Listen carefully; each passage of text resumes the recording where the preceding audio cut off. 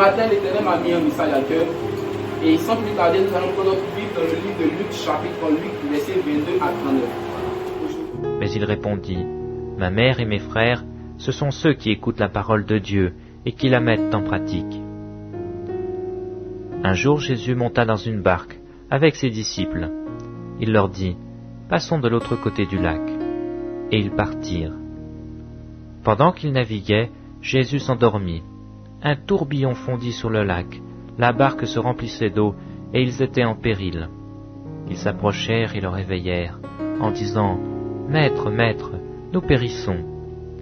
S'étant réveillé, il menaça le vent et les flots, qui s'apaisèrent, et le calme revint. Puis il leur dit, Où est votre foi?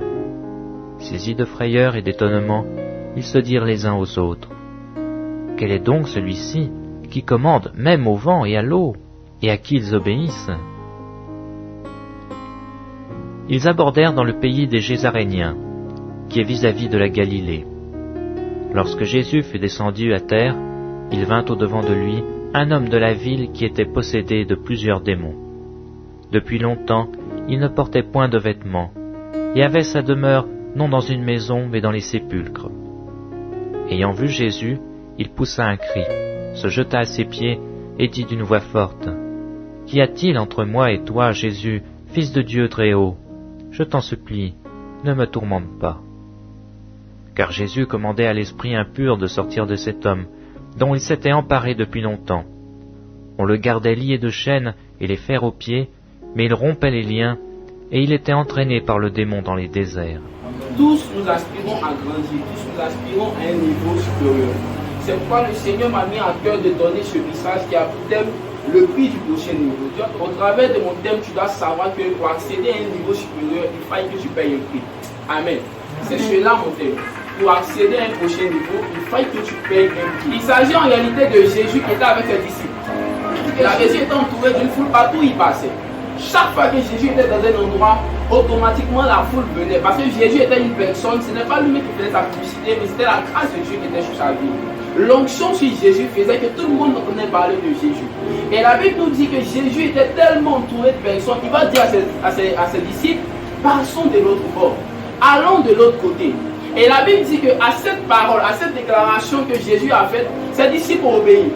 Et la Bible dit que quand ils sont allés à l'autre niveau, ils ont trouvé une personne. Et la Bible n'a pas mentionné son nom, mais la Bible l'a mentionné par son handicap. La Bible dit que c'est le fou de Gadara. Qu'est-ce que nous pouvons retenir en fait? Et en quoi est-ce que ce passage est en rapport avec notre thème? Je vais attirer votre attention. Écoutez, toutes les fois où Jésus était à Jérusalem, en Samarie et autres, il avait pour tendance de guérir les malades. Il avait pour tendance même de chasser des personnes lunatiques. Il avait des personnes même de ressusciter des morts. Mais le jour où il a dit à ses disciples, passons de l'autre bord, il a été confronté à une difficulté qu'il n'avait jamais pour habitude de rencontrer. Le fou de Gadara. Je vais dire à une personne que quand tu décides de passer à un autre niveau, attends-toi à être confronté à des difficultés que tu n'as jamais rencontrées. Parce que qui parle de niveau supérieur, pas de difficultés nouvelles. Jésus dit de manière simple à ses disciples, il dit allons à l'autre bord, allons de l'autre niveau, progressons. Et nous voyons que dans la progression de Jésus, il arrive à un niveau où il est confronté à une difficulté qu'il n'avait jamais rencontrée. Ne t'étonne pas que tu rencontres aujourd'hui, en cette année, dans cette nouvelle décennie, des difficultés que tu n'as jamais rencontrées. Je veux dire à quelqu'un que tu n'as pas à te détourner des difficultés. Pas aussi longtemps que tu vas prier le Seigneur pour dire Seigneur, je veux être ministre, il faut que tu sois confronté aux difficultés qui vont t'élever au rang de ministre. On veut que Dieu nous élève, mais on refuse de pouvoir faire affront aux difficultés qui nous élèvent. Il n'y a pas de victoire sans combat. Il n'y a pas d'élévation sans épreuve.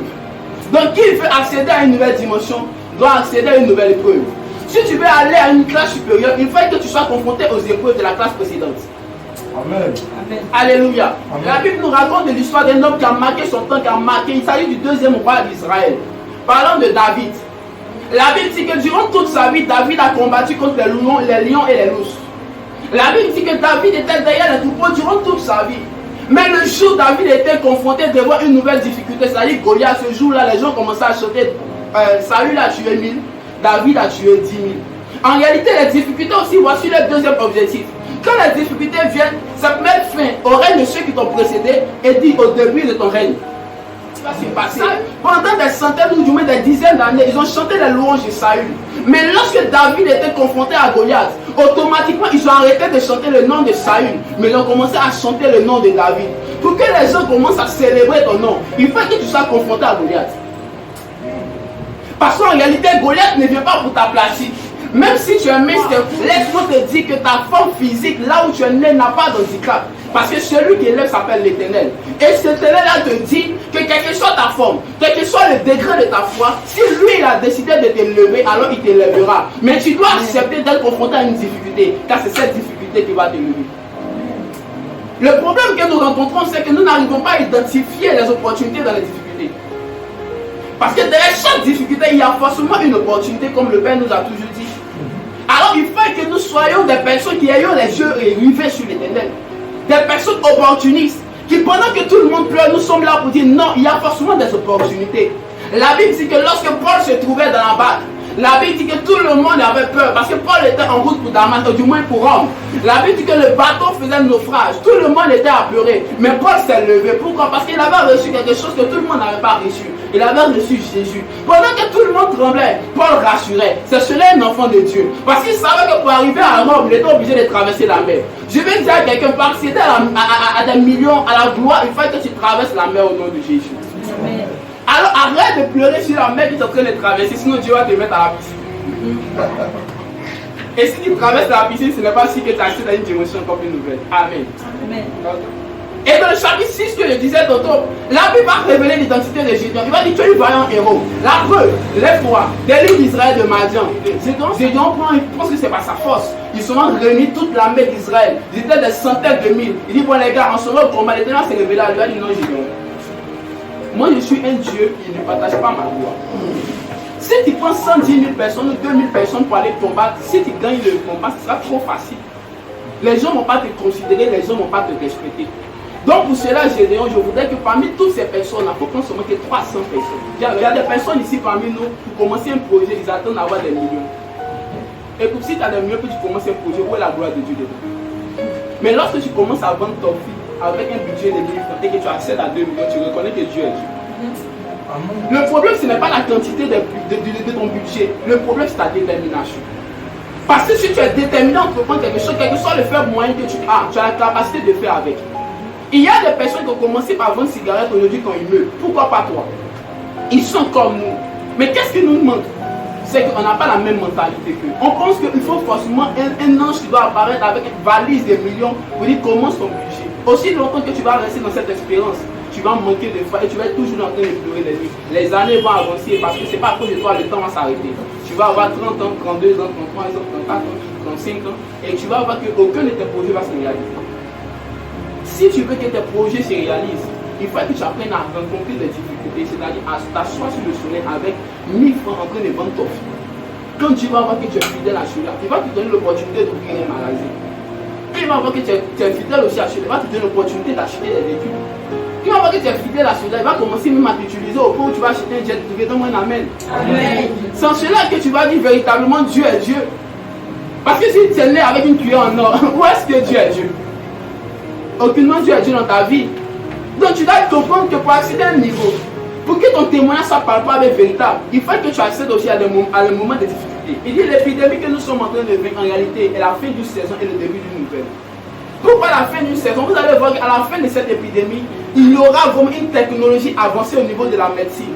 Et même au niveau même de la technologie telle que les véhicules.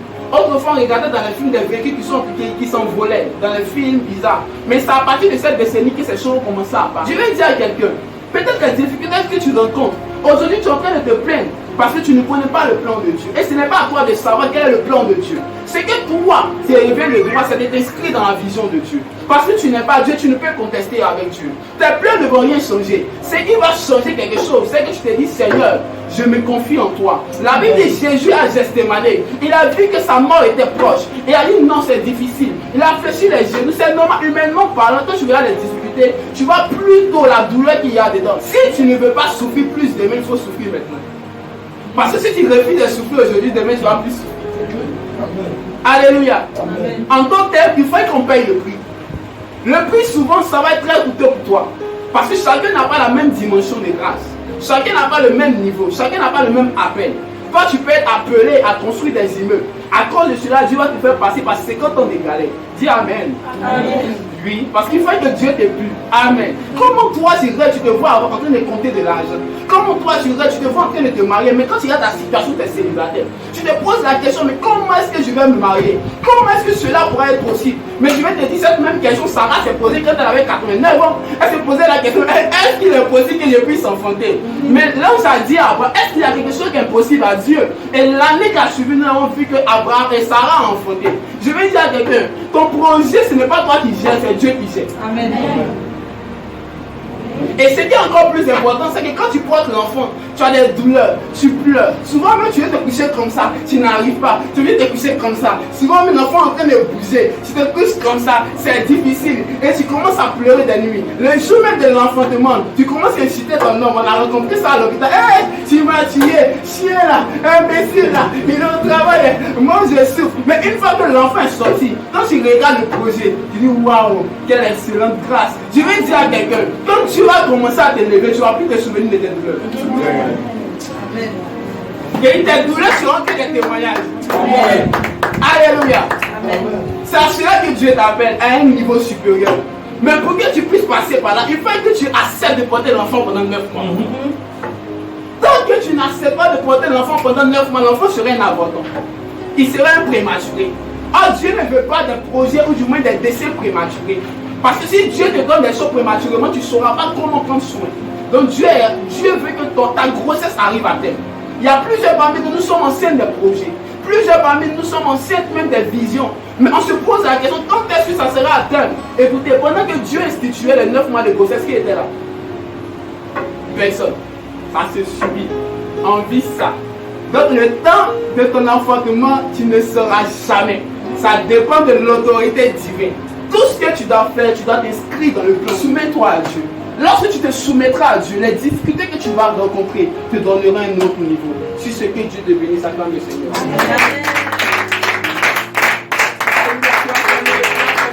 JC TV, au cœur de la communication.